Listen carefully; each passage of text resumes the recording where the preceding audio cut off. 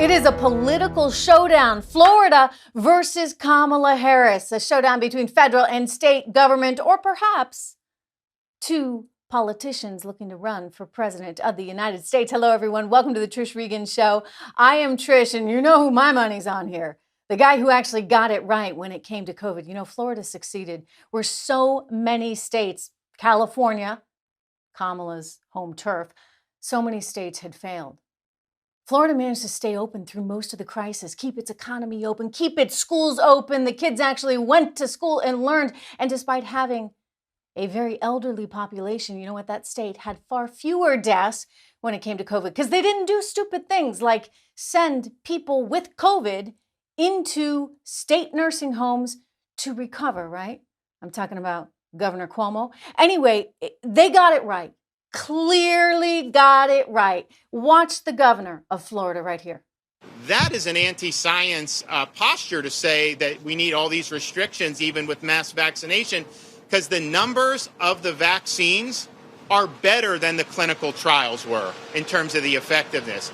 So Kamala Harris, she's making a little pit stop there, and the local media starts asking her about Governor DeSantis and his approach to COVID, the fact that he's opened up the whole state. And, you know, she doesn't quite know how to answer the question here. She wants to take the opportunity, right, to give him a dig. But here's the thing.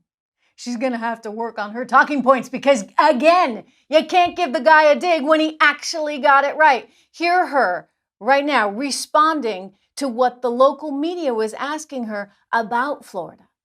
Governor DeSantis in Florida has rolled back the ability of cities and local governments to enforce their own COVID restrictions. Do you believe that that is a mistake? Is that too premature at this point in the pandemic? I strongly believe that whatever rules, protocols, and procedures are put in place must be guided by the public health experts, period. That's like an answer, no answer, right?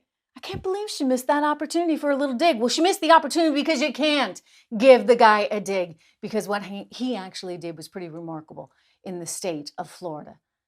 Compared, of course, to our federal government.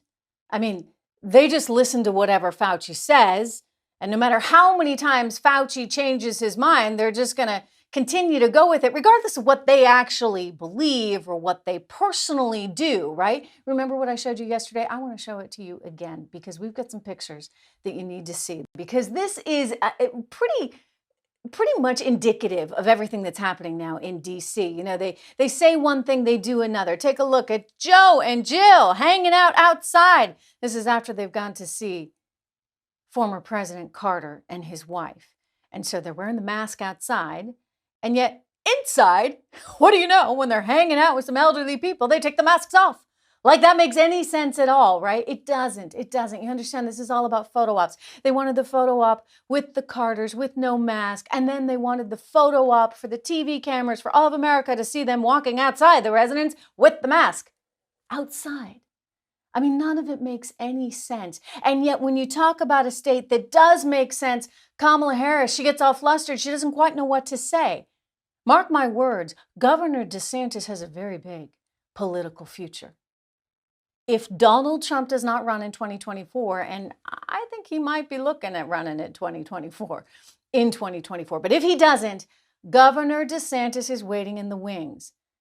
And let's just say he's going to have a little more success than Kamala Harris.